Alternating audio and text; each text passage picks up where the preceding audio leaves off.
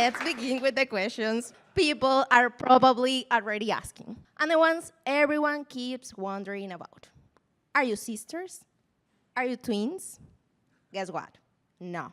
We're not twins, but maybe just long lost sisters who happen to be born in two very different parts of the world and were finally destined to meet here in Toronto. This is Marka. She was born in Pakistan, single, 25, and Muslim. And I am Maro. I was born in Colombia, married, 31, and Christian. So, although we're very similar in some ways and very different in others, we were meant to meet here with the same goal: to invest in our education and build a more secure financial future. You could be Carmen, who used to be a nurse in her home country, moved here for her husband's studies, and gave up on her profession to work in a warehouse to get some money. Or you could be Wanula, who arrived in Canada from Africa to build her life on her own terms, but still carries the responsibility of supporting her parents back home because her brother simply couldn't. Or you could be Ven, who held a leadership position back in her home country, came to this country to advance her career, had a baby at the age of 40, and faced a major financial setback because nobody prepared her for the actual cost of childcare in Canada. Three women, three different parts of the world, three different professional backgrounds, all navigating one same system, a system that may not have been built for the diversity of lived experiences they bring. And it might not matter how well prepared you were when you first arrived, how quickly you opened the bank account, or how easily you were able to find that first job.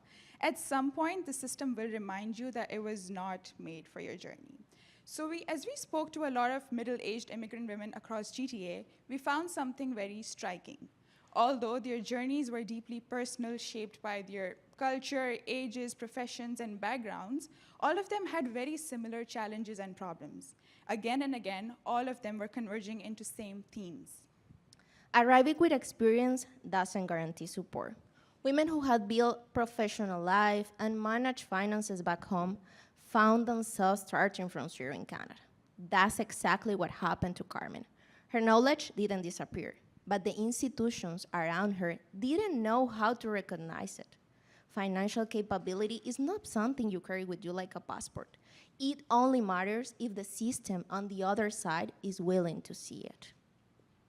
Caregiving and financial life are not two separate, isolated topics for these women.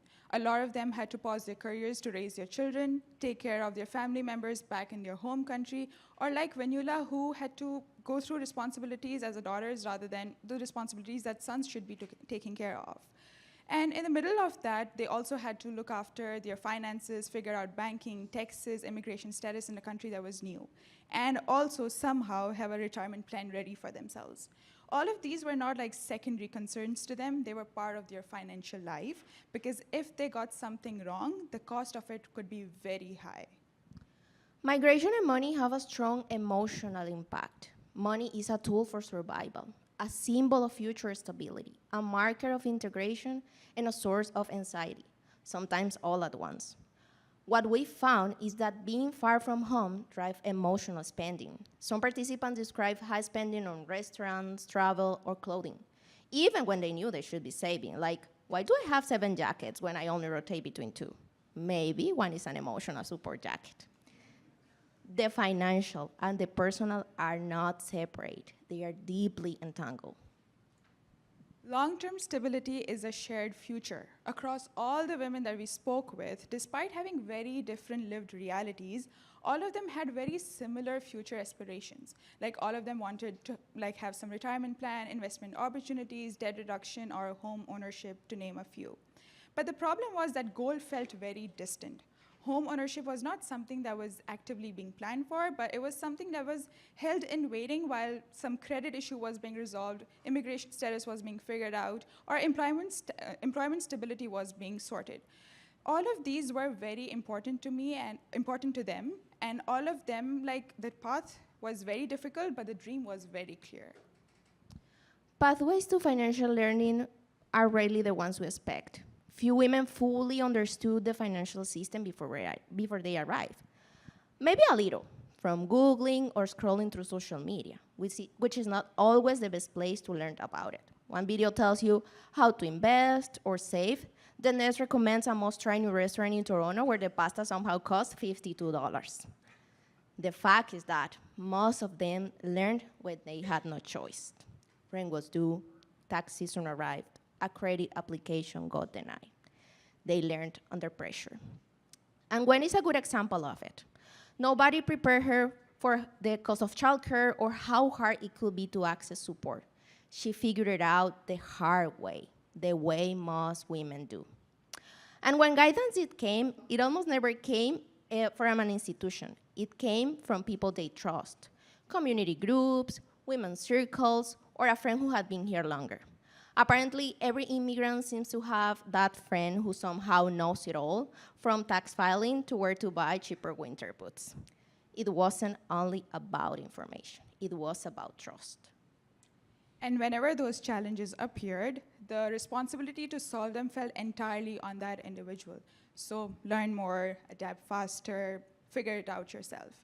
And over time, these women started to internalize these failures of the system as personal failures. So instead of asking questions like, okay, why is this system not designed for me? What is wrong with the system? They would start asking questions like, what is wrong with me? And that shift really matters because when people struggle long enough navigating some system, they stop blaming the system, they start blaming themselves, even though they are incredibly capable. So far, we have talked a lot about what's difficult. But the question should no longer be whether these women can enter the financial system.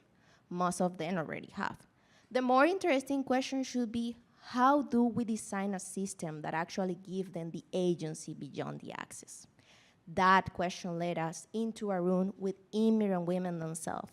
And after months of conversations and a bunch of sticky notes, what emerged were some lessons, guiding principles for governments, organizations, and anyone who designs systems immigrant women have to depend on every day. And of course, for anyone who has ever the opportunity to help, support, or guide someone that is trying to rebuild their life in a new place.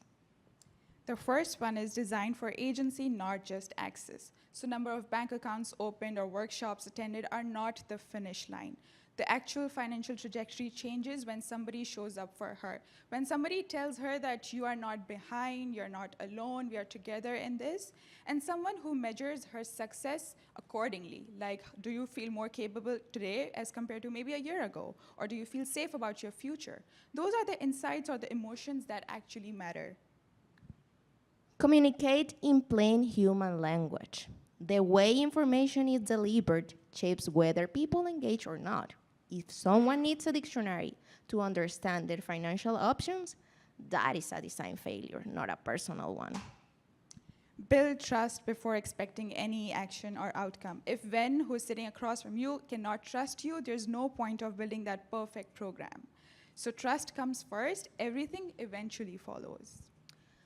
Begin with lived realities, not ideal ones. Most financial products are designed for people with stable income, free time, and not caregiving responsibilities. That's not the person who we're talking about. Begin with the reality designed for the life women are actually living. So the question is that whether this system is finally ready to build something for these women, to make them capable to interpret financial information, exercise control over financial decisions, or just make a future that actually belongs to them. Carmen, Ven, Venula, they're still out there, still struggling, still navigating, and still building with what the system has left them with. The least we can do is make a system that actually starts empowering them. Thank you.